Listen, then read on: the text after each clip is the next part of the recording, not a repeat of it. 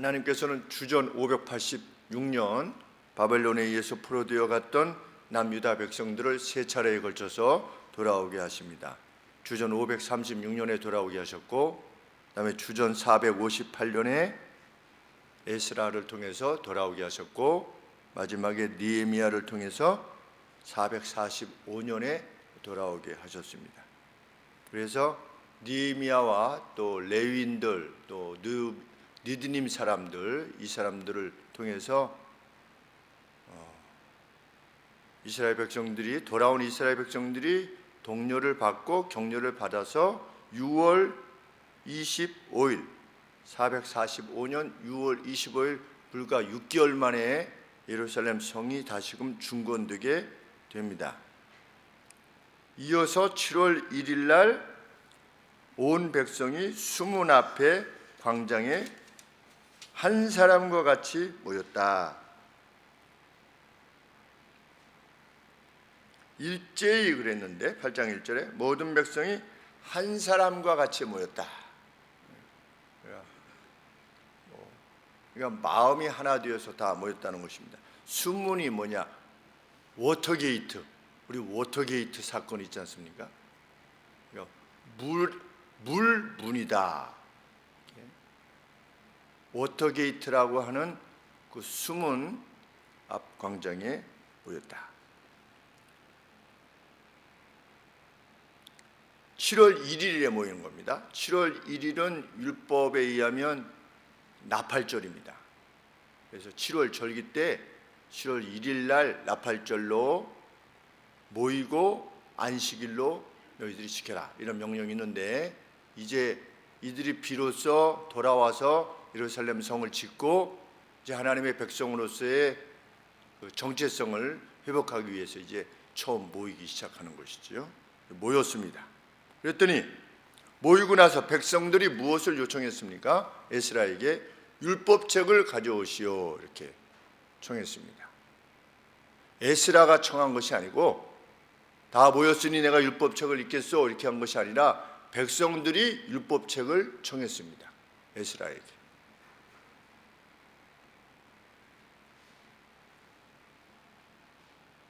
우리가 어렸을 때 이제 하나님의 전을 다시금 이제 예배당을 지으려고 했을 때 벽돌 하나라도 더 갖다 놓으려고 이렇게 했던 것이 기억이 납니다. 그럴 때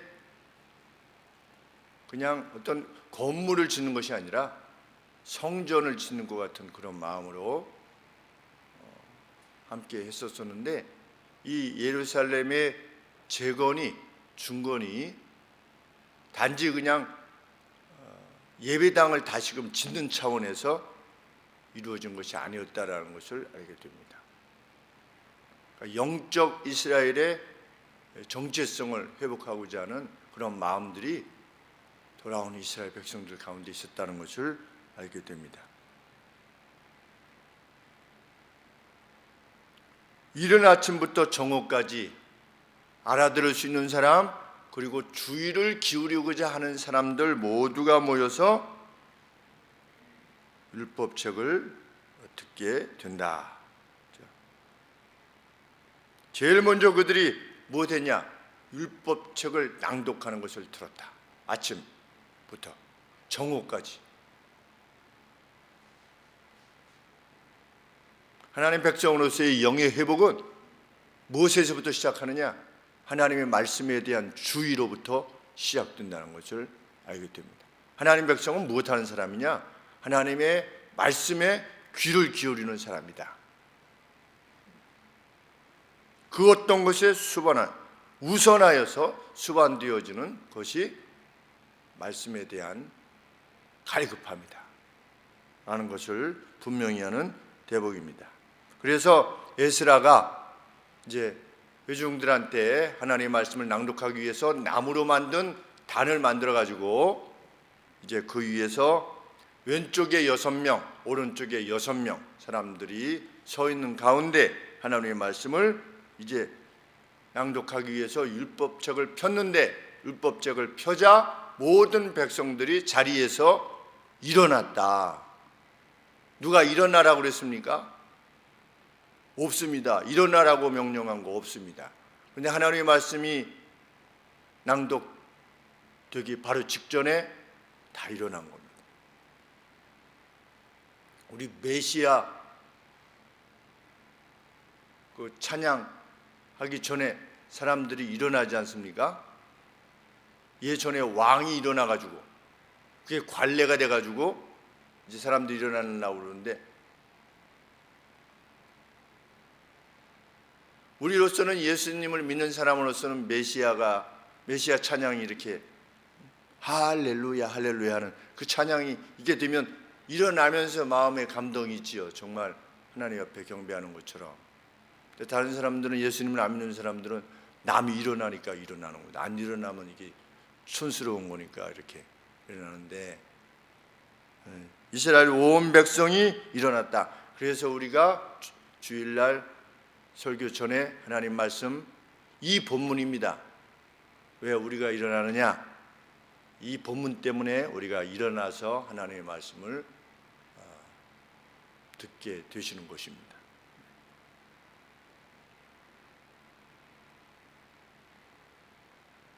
에스라도 어떻게 했다? 에스라도 하나님께 경의를 표했다.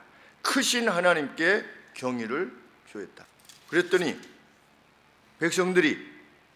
일어섰던 백성들이 6절 말씀에 손을 들고 아멘 아멘 응답하고 무엇인가 말한 것입니다.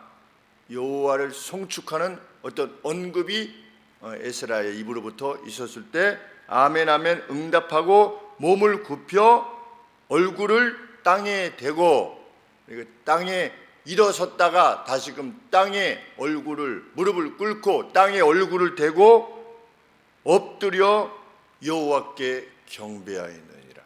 이것이 경배입니다. 이것이 우리가 하나님 앞에 예배 드릴 때, 하나님의 말씀을 들을 때 이 깨어있는 신존재에 대한 인식이 있느냐. 하나님 앞에 경배하러 나올 때, 그리고 경배하고 있을 때 정말 뭐 그때 이때 느헤미야 때나 지금 우리가 예배 드릴 때나 상황은 같지 않겠습니까? 무슨 여호와의 영광이 뭐 그들 위에 구름과 같이 임하지도 않았고, 하늘에 어떤 표시가 나타나지도 않았고, 무슨 천둥 소리도 들리지 않았고, 시내산 때처럼 그렇게 하지 않았습니다. 그런데 그들이 하나님 앞에 그렇게 경의를 표했습니다. 이것이 하나님 백성이 마땅히 하나님 앞에 행하는 경배라는 것을 알게 됩니다. 이 자리가 그런 것이지. 실은 예배당이라고 하는 공간이 하나님께 예배드리는 자리인 것입니다. 이어서 백성들은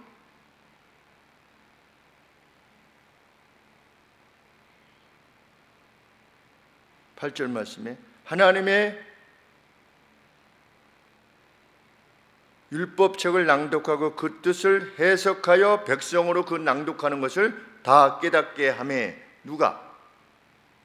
7절에 보시면 레위 사람들이 하나님의 율법책을 낭독하고, 에스라가 계속 읽었던 것이 아니라 연이어서 이제 레위 사람들도 있고 이랬던 것 같습니다.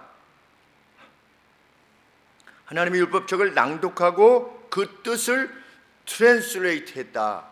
번역하였다. 통역하였다.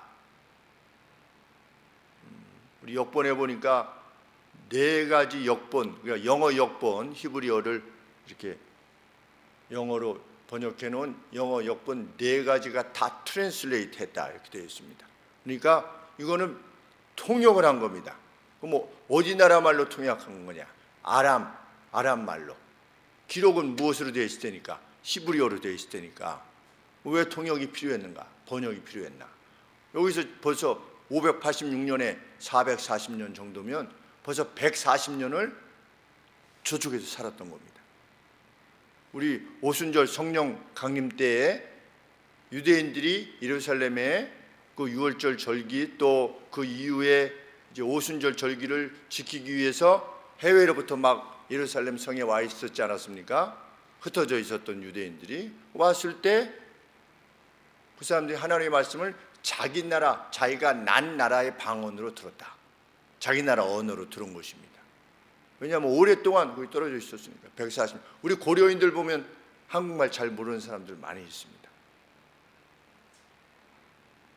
뭐 미국 이민 3세, 4세도 마찬가지지만, 그러니 통역이 필요했겠죠.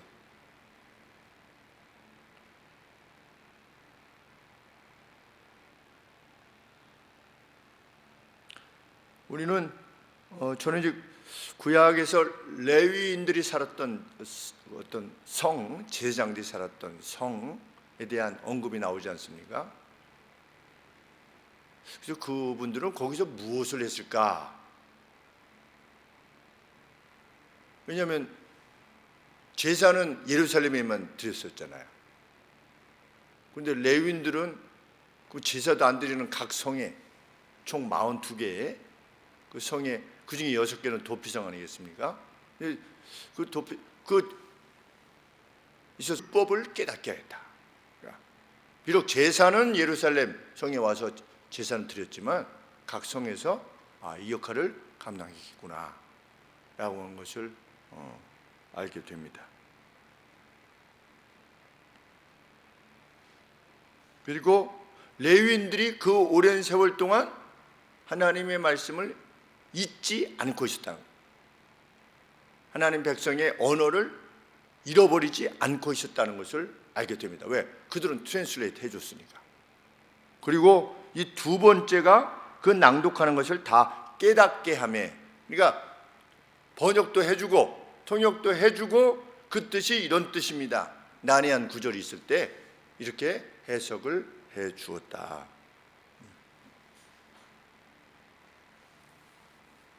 그렇게 하나님의 말씀을 듣게 되었을 때 회중들은 어쩔 수밖에 없었다. 울 수밖에 없었다. 왜 울었을까요?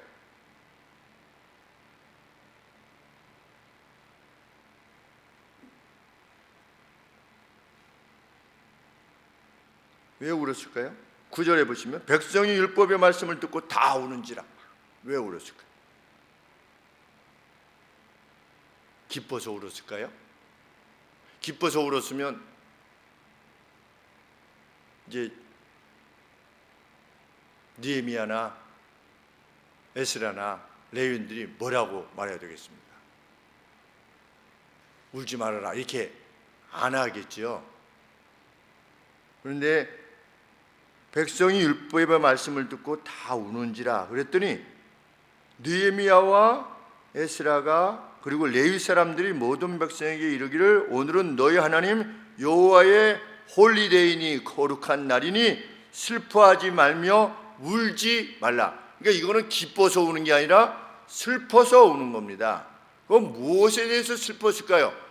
여호와의 율법책이 쭉 이렇게 읽혀졌을 때 너희는 뭐하지 말고 너희는 이렇게 하고 이렇게 해라 라고 했을 때, 그것을 듣고 있었을 때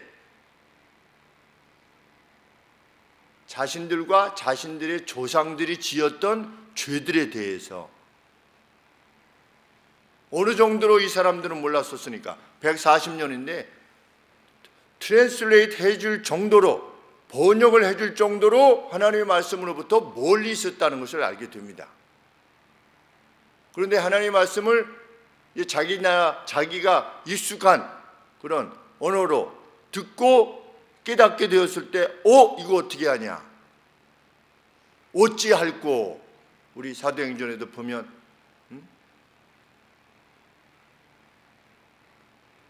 너희가 죽였다, 이런 주를 너희가 십자가에 못 박혀 죽였다 그랬더니 그 말을 들었던 사람들이 막 우리가 어찌할꼬 라고 하는 그 두려움에 사로잡히지 않았습니까?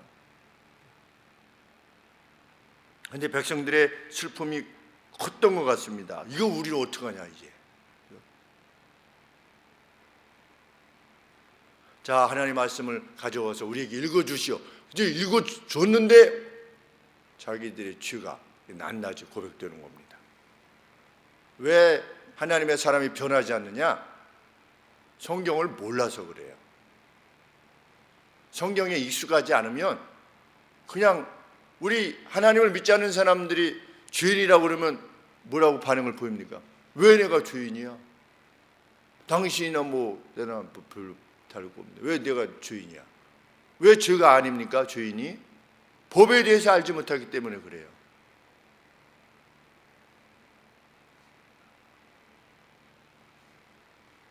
사랑하지 않는 것이 죄라고 하는 것에 대해서 몰라요.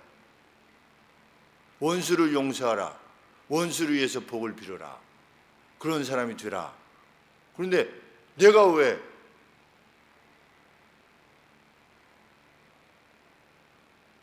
어제 친구 중대장님 만나고 대학교 때 올라와서 일주일 제가 우리 중대장님 잠깐 화장실 가신 사이에 제가 물었어요. 내가 친구 말이라면 내가 한번 이렇게 좀 경청하려고 그러는데 나도 건강한 의식이 종합적인 의식이 필요하니까 그런 차원에서 내가 물어봐. 지금 여기가 예전에 민주당이 있었고 무슨 이게 있었는데 새누리당이 있었는데 한번 갔다가 이렇게 왔다가 이렇게 갔다 해야지 나라가 건강해지지 않겠나. 근데 지금의 걱정은 이 체제를 넘어서 가려고 하는 것 같은데 사람들이 우려하는데 이거 어떻게 생각하냐고. 내가 다른 사람들한테 물어볼 필요가 없지만 왜냐하면 서로 충분히 이야기할 만한 그런 친구니까. 그래서 이렇게 물었어요. 물었더니 쭉 얘기를 해요. 근데 이제 결론은 뭐냐면 그렇게 걱정하지 않아도 된대. 이 친구 말로는. 그런데 그 지금의 586 사람들이 가지고 있는 의식은 그거라는 거예요. 우리가 수년 동안이나 옥살이를 하면서 민주화를 위해서 행할 때 니네들은 뭐 했냐는 거예요. 그게 그들의 의식이래요. 지금의 586.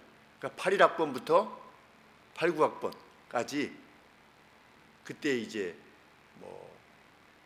그러니까 지금 주로 그 더불어민주당의 어떤 수뇌부들 있죠. 그 사람들이 우상호 그 사람이 83학번 연대 있었고 총학생회장 이렇게 하고 그랬을 때 그 사람들이 그 의식 내에는 우리는 그토록 희생을 했는데 니네들은 그때 뭐 했어? 니네는 그때 돈 벌려고 했고 해서 높은 자리에 가려고 그랬고 그런 의식이 있다는 거예요. 근데 이 친구도 하는 말이 뭐냐면 이제는 많이 해먹었으니까 그동안에 많이 해먹었으니까 이제 이 사람들 586이 이쪽이건 저쪽이건 다 빠져야 된다는 거예요. 그렇게 얘기를 저한테 얘기했었는데 제가 돌아오면서 제가 그렇게 이제 이야기하고 있는데 중대장님이 들어오셨어요. 근데 친구가 이제 중대장님하고 그 친구는 이렇게 한 잔씩 하고 이제 했으니까 왔는데 그런 얘기들을 하고 있으니까 이중이 그런 얘기는 여기서 하지 말고 아니요. 중대장님 잠깐 다녀오시는 사이에 제가 물어봐서 지금 하는 얘기예요. 그래가지고 이제 이야기를 잘 맞추고 나왔는데 돌아올 때 제 마음에 지금도 그렇긴 하지만 과거에 정말 민주화를 위해서 참 어떤 옳지 못했던 그것들을 위해서 자신들이 희생했다는 것에 대해서 저도 사실은 빚을 지고 있어요. 마음의 빚을.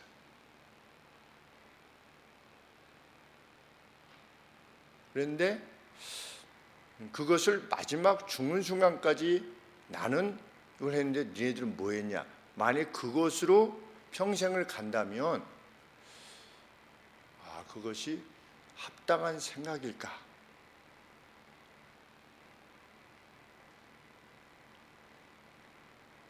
그래서 우리는 그만큼 했으니 이거는 좀 우리가 좀 그만한 어떤 대가를 받아야 되겠어. 이것은 옳지 못한 생각일 수 있잖아요. 그런데 그때 제가 81학번 때 제가 대학교 1학년 때 김모 저희 동기가 이제 그 난지도에서 넝마하는 사람들 이렇게 돌봤을 때 그 동기가 저한테 한 말하고 똑같아요. 그러니까 달리 말하면 나는 이 어려운 사역을 지금 하고 있는데 이렇게 막 녹마하면서 살아가는 사람들을 돌보고 막 이러고 있는데 네가 세상을 알아? 그렇게 얘기했어요. 지금도 기억이 나요. 아주 이렇게 뭐라 그럴까, 가소롭다는 듯이 이렇게 내려보면서. 근데 그것이 평생 가는 것은 선은 아니잖아요. 그것이 정말 한편으로 보면 자랑스럽고 그때 그렇게 했음이 참 고맙고 하는 부분들은 분명 있음에도 불구하고, 그런데 그것에 대해서 우리 같으면 어때요? 내가 그 역할을, 우리 하나님의 사람이 그 역할을 만약에 했다, 그러면 어떠해야 되는 겁니까? 마땅히 깨닫게 해주신 바에 대해서, 그것을 한 것에 대해서, 그 역할을 내가 젊은 날 그걸 했음에 대해서 그냥 깨닫게 외칠 수 있었음에 대해서 그 젊은 날에 있음을 그저 감사하고, 저희 할아버지가 그랬듯이 그때는 누구나 다 그렇게 일제시대에 한 거에서 막 구속되고 막 잡혀가고 이랬었다. 저희 할아버지도 일본 순사가 둘이 이렇게 계속 마을 밖 이 길으로 나갈 때에는 반드시 신고서를 쓰고 나가야 될 만큼 요주 인물이었으니까. 근데 똑같이 하나님을 믿지 않았던 사람인데도 불구하고 이런 생각 가지고 있는데, 이것이 더 우위에 있는 생각이라고 우리가 생각하게 되지 않습니까? 왜 그런가? 복음이 우리에게 주는 가치에 따라서 사는 사람이라면 정말 그래 할 것입니다. 우리가 일반적인 어떤 우리 역사 가운데서도 우리가 희생하고 헌신한 부분들이 뭐가 있다면, 과거에 있었다면 그것만으로도 족하고 감사하고, 내 젊은 날 그런 희생, 대가를 치렀음을 참 감사한다. 근데 그런 더 깊은 깨달음이 없게 되면 내가 뭘 잘못했냐는 거예요. 그리고 내가 이렇게 좀 내가 하겠다는데 그 대가를 좀 먹겠다는데 뭐가 그게 잘못이야? 라고 생각할 수밖에 없지. 이스라엘 백성들이 하나님의 말씀 들었을 때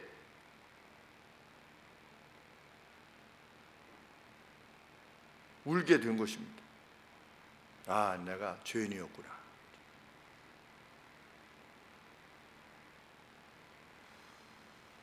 좀처럼 잘 안 그쳤나 봐요. 그러니까 9, 10, 11절까지 계속해서 3번이나 슬퍼하지 말며 울지 말라. 10절에 느헤미야가 또 이르기를 이날은 우리 주의 성일이니 근심하지 말라. 11절 말에 레위 사람들도 마땅히 조용히 하고 근심하지 말라. 계속 이런 걸 보면 이 이스라엘 사람들이 굉장히 하나님의 말씀을 듣고 괴로움에 빠졌던 것 같습니다. 근데 참 하나님의 백성이지요. 하나님의 말씀을 들었을 때 그 들은 바와 하나님이 명하신 바와 내 삶이 일치되지 않았을 때 수치스러움을 느끼고 좌절감을 느끼고 오라 나는 공고한 사람이로다. 이 사망의 몸에서 누가 나를 건져내랴 라고 하는, 바울이 그렇게 악했던 사람입니까? 사실 이미 사도 바울로서 회심하고 사도로서 행했던 그런 상황인데도 불구하고 이 공고함, 그게 무슨 특별히 무슨 악을 행해서 그랬겠습니까? 그렇지 않지요. 그럼에도 불구하고 말씀이 요청하는 그 거룩한 뜻, 그 차원, 그 거룩의 차원에 비춰볼 때 내가 막 좌절스러운 거죠. 그래서 절대 구원자를, 나 외에 절대 구원자를 찾을 수밖에 없는 그런 인식을 갖는 사람이 그게 하나님의 사람입니다. 오늘 내가 뭘 그렇게 잘못했는데 라고 하는 것이 아니라,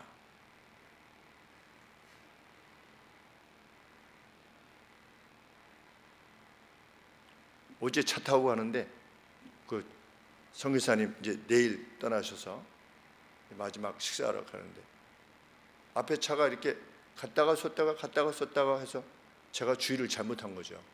그래서 이렇게 했는데 이게 가는데 어떤 섰어요. 왜 그런가 했더니 오늘 이제 그 동영상을 이렇게 보니까 이 차가 있고 앞차가 있는데 앞차가 이렇게 쭉 가다가 갑자기 트럭 옆에서 사람이 한 사람이 툭 이게 튀어나오니까 그 차가 쓴 거예요. 그러니까 이 차도 가다가 섰어요. 근데 이 차가 이 앞에 차하고 거리가 좀 상당히 그래도 됐어요. 한 차 정도 이상. 그래서 저도 갈 줄 알고 갔는데 브레이크를 밟아서 제가 가서 다 왔어요. 이게 뭐 친 게 아니라 오늘도 영상을 보니까 이렇게 다 왔더라고요. 이렇게. 그러니까 이 앞차 운전자가 좀 뭔가 이상한 것 같은데 이 받친 것 같기도 하고 안 받친 것 같기도 하고 그러니까 좀 이게 운전대를 붙잡고 이게 뒤에서 보니까 좀 이렇게 하더라고요. 제가 뒤에서 미안하다고 그랬더니 이걸 이렇게 보더니 내렸어요. 내려서 보니까 그 범퍼 제일 아래쪽에 요만한 동그란 우리 저 번호판 앞에 이렇게 동그랗게 이렇게 하는 그게 이렇게 찍혀 있어요. 하단에 범퍼 하단에. 근데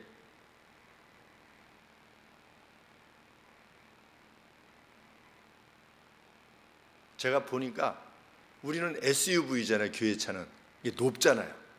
그런데 그 차는 이 K9인데 그 동그란 찍힌 부분이 저기 저 배관 있는 저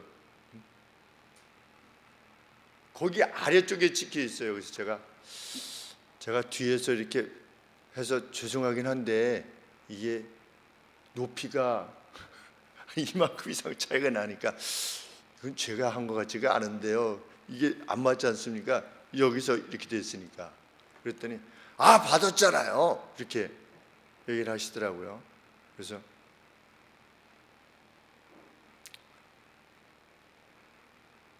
그냥 가시라고 그랬어요. 내가 다 처리할 테니까 그냥 가시. 근데 그분이 이제 자기 차가 아니에요. 남의 차를 가져다 주려다가 이게 배송하시는 분인지 그러다 보니까 조심조심 가다가 이렇게 됐는데 끝까지 따질 수 있죠. 사실은. 왜냐면 이게 분명히 아래니까 그렇게 뭐 닿을 수가 없으니까. 근데 뭘 고려하는 겁니까? 물론 뭐 제가 받았다고 하는 것도 고려가 되겠지만 그분은 누구 차를 갖다가 주는 건데 이게 만약에 저한테 바친 게 아니라고 이렇게 되면 이분이 책임져야 되잖아요. 한편으로. 그래서 오늘 동영상 보고 우리 삼성 거기다가 보내려고 하다가 그냥 제 아내도 그냥 맙시다. 그냥 우리가 냅시다. 이렇게 해가지고 그냥 말았는데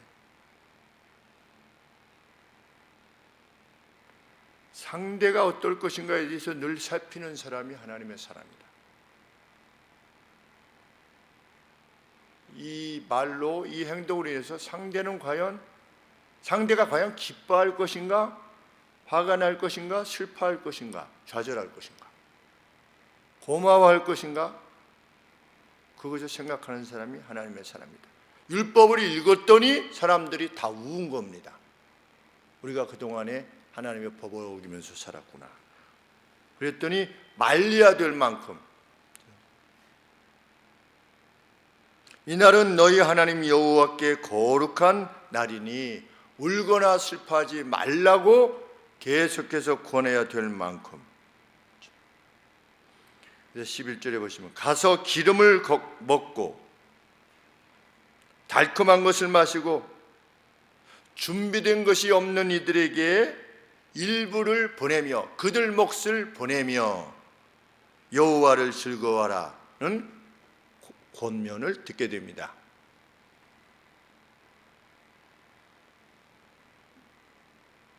10절 말씀 중반에 예비치 못한 자에게는 너희가 나누어 주라.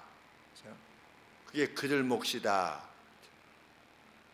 그런데 우리 고린도서에 보면 성찬 먹을 때 그냥 자기들이 다 먹었잖아요. 많이 가져와가지고 포도주도 많이 가져가고 자기들끼리 막 마시고 이래가지고 다 취해가지고 그래서 모이면 같이 먹어라 이렇게 하실 정도로 그게 제대로 된 그 교회인가? 근데 여기 하나님 백성은 즐거워할 때 어떻게 즐거워야 되느냐? 예배치 못한 사람도 함께 즐거워할 수 있도록 하라. 거기까지 생각이 미치는 사람이 그게 하나님의 사람인 겁니다.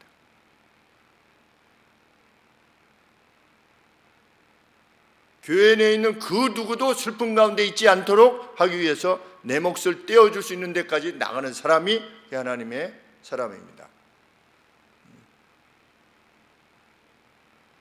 이런 사람이 정치해야죠. 사실은 우리나라를 이끌어가고 리더가 되어야 되는데, 그래서 우리 교회로부터 자라난 이들이 정치계에 들어가고 교육계에 들어가고 사법부도 들어가야 되고 자기 이익에 관계치 않는 그냥 대법관 하고 나면 그만두고 연금으로 사는 사람, 정말 인권 변호사하고 돈이 없어서 그런 사람, 한결같이 이쪽이건 저쪽이건 대법관들이 다 어디 갑니까? 로펌에 다 모셔가지 않습니까? 로펌에 정관예우가 사법부에만 있습니까? 경제부서 금융감독위원회 같은데 거기 있던 사람들, 또 국토부에서 10년, 5년 뒤, 10년 뒤 어디가 개발될 거다라는 것을 다 기획하고 이랬던 사람들을 모셔가지 않습니까? 사람들이 왜? 다 돈 때문에. 그 정관예우가 더 심하다고 하지요. 그쪽이 사법부에만 있는 것이 아니라 뭐냐? 다 자기 이익 때문에. 근데 하나님의 사람은 결코 그럴 수 없다는 거죠. 그러니 하나님을 믿는 사람이 거기로 가야죠. 그 자리에.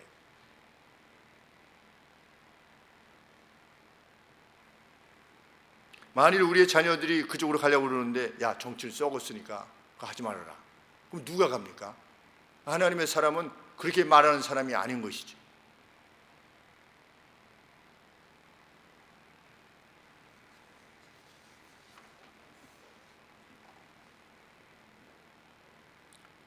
(12절) 말씀에 과연 그들의 권고대로 모든 백성들이 가서 먹고 마시고 다른 사람들의 즐거움을 위한 몫을 나누고 큰 축의를 추가했다. 그리고 그 이유를 무엇이라고 말합니까? 그들이 그들에게 알려진 말씀들을 이해했기 때문이다.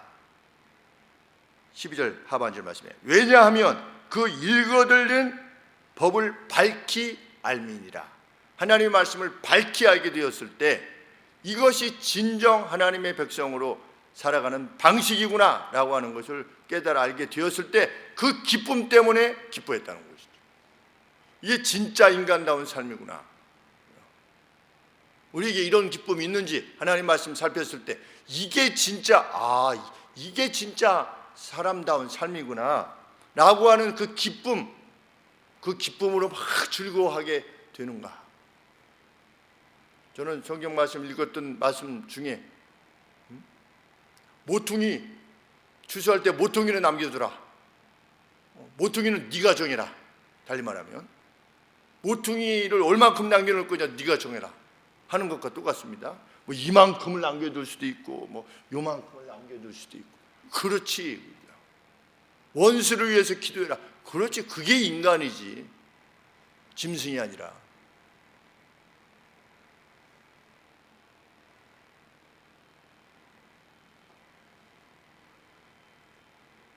둘째 날에는 어떻게 했다?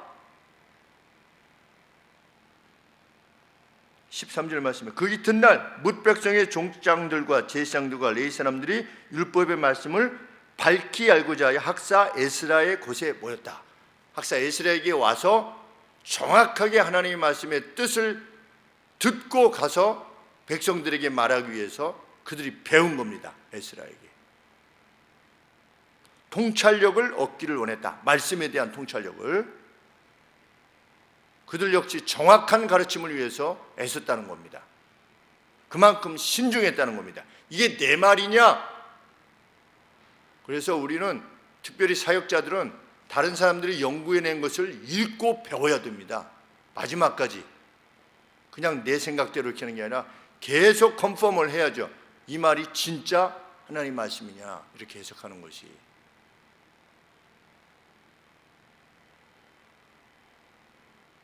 성경은 그렇게 가르침을 받는 가운데 7월에 초막절을 지키라고 하는 하나님의 말씀을 이들이 발견하게 되었다. 어느 정도로 이들이 율법의 문외였는가를 알게 됩니다. 140년 동안 초막절을 지키라고 하는 명령이 있었다는 것에 대해서 제대로 잘 몰랐던 거죠. 14절에 율법책을 본즉 여호와께서 모세로 명하시기를 이스라엘 자손은 7월 절기에 초막에 거할지니라 하였고, 또 일렀을 때 모든 성읍과 쭉 이래서 지으라 하라 하였는지라.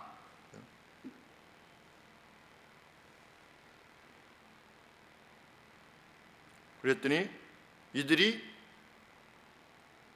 이 7월 아니겠습니까? 이 7월에 그 명하신 절기를 지키기 위해서 가서 나무들, 좋은 나무들, 나뭇가지들을 꺾어서, 그 목적 자체가 무엇입니까? 초막을 지었던 이유가 광야 40년 동안 하나님께서 발이 부르지 않도록, 옷이 헤어지지 않도록 그들을 풍성히 먹이시고 지키셨다는 것을 기억하게 하시기 위해서, 뭐 광야에서 고생했다가 아니라 오히려 광야에서 아름다운 나무들로 이렇게 지낼 수 있도록 해주셨다고 하는 것을 기억하기 위해서 초막절을 지키라 이렇게 말씀하셨는데, 이들이 그렇게 행한 것입니다. 그런데 신기한 것 중에 하나는 뭐냐면, 이 페르시아로부터 지금 돌아오지 않았습니까? 그런데 거기에 대해서 절기를 지키라는 명령은 하나도 없습니다. 이것도 만만치 않습니까? 애굽에서 한 270년, 80년 요셉이 들어가거나 요셉이 죽고 나서부터 그 정도 시간이거든요. 아브라함 때로부터, 아브라함이 75년, 75세 때로부터 치면 400여 년이고, 요셉이 들어가서 이제 그 애굽에서 이제 어떤 종살이 하게 된 것은 한 260년 내지 70년 정도 되는 겁니다. 그런데 그렇게 하다가 하나님의 놀라운 이적을 통해서 나오지 않았습니까? 6월절 절기 지키라고 하셨고, 7.7절 절기 지키라고 하셨고, 그 다음에 우리 초막절 지키라고 이렇게 명령을 하셨는데, 여기서도 140년 동안 있다가 다시 돌아오게 된 건데, 하나님의 특별한 능력으로 데리고 오신 거 아니겠습니까? 70년 만에 돌아오겠다 했으니까 536년에 돌아왔고, 그런데 거기에 대해서는 절기를 지키라가 없어요. 그런 걸 보면 이 초막절, 이거는 6월절, 이런 그 절기들은 뭐 7.7절도 마찬가지지만 이런 절기들은 구속사적인 의미를 지니고 있기 때문에 지키라고 한 것입니다. 하나님께서 그 가운데 메시아를 보내시기 위해서, 그리고 나중에 그 6월절이 무엇을 의미하는가, 그 죽었던 양이 무엇을 의미하는가, 그리고 우리 오순절도 7.7절과 관계되어진 추수 아니겠습니까? 추수, 영혼들을 추수하게 되는 40년 광야 생활.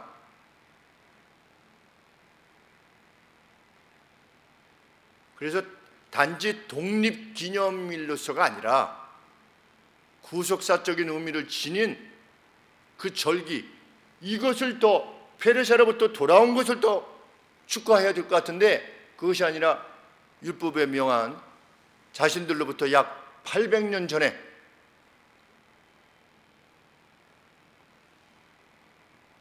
900년 전에 있었던 그 출애굽 사건에 대해서 하나님께서 명하신 그 명령을 지켰던 것입니다.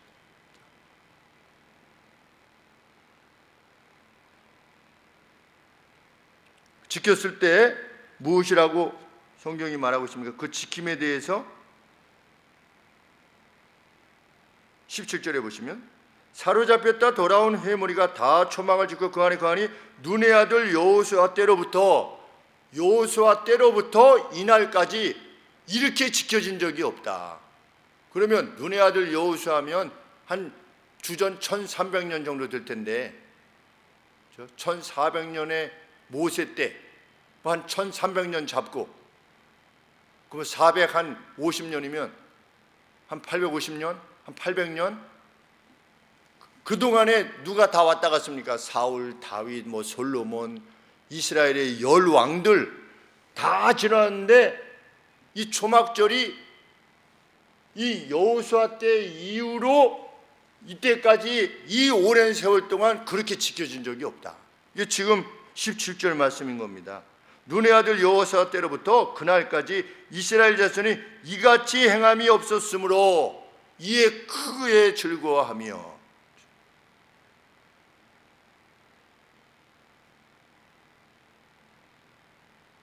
그동안에 이스라엘 내에 그 같은 섬김이 없었고 감사가 없었고 하나님으로 인한 즐거움도 없었다는 겁니다. 하라고 하니까 그냥 하는 흉내를 댄 것뿐이지, 하나님과는 관계없이. 요새 절기가 그러지 않, 부활주일이다. 정말 주님이 우리를 위해서 죽으시고 다시금 부활하신 그 감격으로 지키는 사람이 있는 반면에, 부활주일이니까 그냥 해마다 돌아오는 겁니다.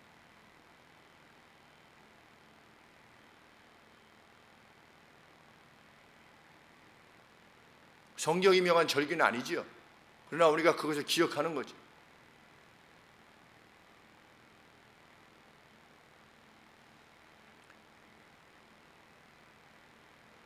그런데 어떻게 보면 가장 열악한 상황에서, 얼마나 열악합니까? 이제 막 성을 지은 겁니다. 이제 막 성을 지은 거예요. 그 안에 집들도 없어야지, 그냥 성만 지은 거지. 얼마나 열악한 상황인 겁니까? 시편에 보면 뭐라고 되어 있습니까? 기쁨으로, 눈물로 씨를 부리는 자는 기쁨으로 단을 거둘 것이다. 와서 보니까 다 그냥 눈물로 씨를 뿌려야만 되는 그런 상황인 겁니다. 그런데 그런 상황 가운데 가장 큰 기쁨과 감사가 있었다. 하나님의 백성의 기쁨과 감사는 외부로 주어지는 그 어떤 것 때문에 있지 아니하고, 가장 열악한 상황 가운데서 아무것도 없는 거죠. 없는 가운데서도 기쁨이 가치가 있는 것입니다. 너 내게 주고 그 다음에 네가 해고자 했던 것을 해라. 사렙다 가부요. 어떻게 한 겁니까? 마지막 먹고 죽으려고 했던 것을 하나님의 선지자에게 드린 겁니다. 그리고 그는 누린 겁니다. 이런 맛을 하나님이 섬기면서 일생 누리기를 하나님은 원하시는 것입니다. 맛보는 거지. 이 감격을 맛보던 이들이 누구다? 17절에 보시면 사로잡혔다가 돌아온 무리들이 그랬다. 이건 뭘 말하는 것입니까? 포로됨을 면하고 남아있던 이들 중에 그 누구도 이스라엘이 아니었다는 거죠. 다 잡혀간 것이 아니지 않습니까? 포로됨을 면하고 남아있던 사람들이 훨씬 더 많았죠. 그런데 이 기쁨을 누렸던 이들은 누구냐? 사로잡혔다가 돌아온 이들이었다. 그러면 남았던 이들은 이스라엘이라고 하는 혈통은 있었지만 다 섞였겠지요. 혈통적으로 섞이고 신앙적으로 섞이고. 이스라엘이라는 혈통은 지녔으나 DNA의 조사해 보면 나오겠죠. 그러나 능력과 구별됨은 상실한 사람들로서 거기 그냥 그렇게 살고 있었던 겁니다. 거기 그냥 살았다는 모양은 있지만 실은 죽은 자로서 살아갔던 이들이 그들이었던 것이죠. 성경은 이렇게 절기 내내 7월 15일부터 22일까지 하나님께서 명하신 그 절기 그대로 하나님의 율법책을 낭독하고 규례에 따라 8일에 성회를 열었다, 이렇게 기록하고 있습니다. 이때가 성경에서 언급되고 있는 이스라엘이 하나님을 찾았던 때, 그 몇 번 안 되던 때 언제입니까? 여호수아 때. 그리고 이때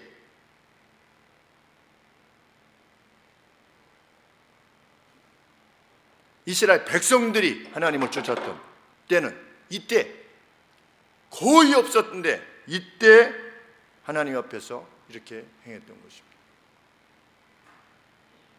하나님의 말씀이 우리 앞에 놓여져 있음을 정말 감사해야 하는 우리가 되기를,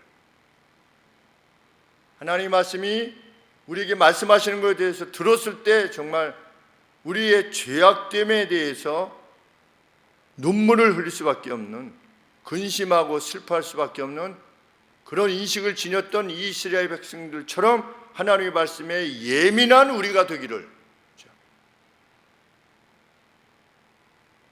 물론 구원의 감격은 지니고 있는 것이 틀림이 없으나 그럼에도 불구하고 여전히 죄성을 버리지 못한 내 자신에 대해서 정말 슬퍼하는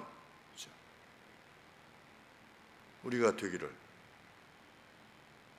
말씀 앞에서 일어서고 말씀 앞에서 무릎을 꿇고 땅에 엎드며 하나님 앞에 경의를 표할 만큼 참으로 살아계신 하나님 앞에 우리가 있게 되기를,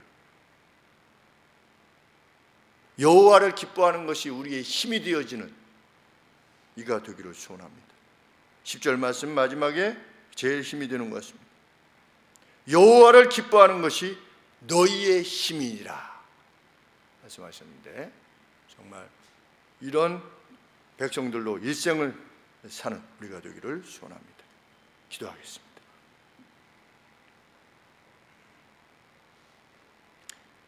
하나님 아버지, 아마도 잠깐의 때라 생각됩니다. 이들도 또 다시 다음 세대가 되고 다음 세대가 되었을 때, 예수님 오셨을 때 참 400년 뒤에 이스라엘이 그랬듯이 또 하나님의 말씀을 떠나갔던 것을 기억합니다. 하나님,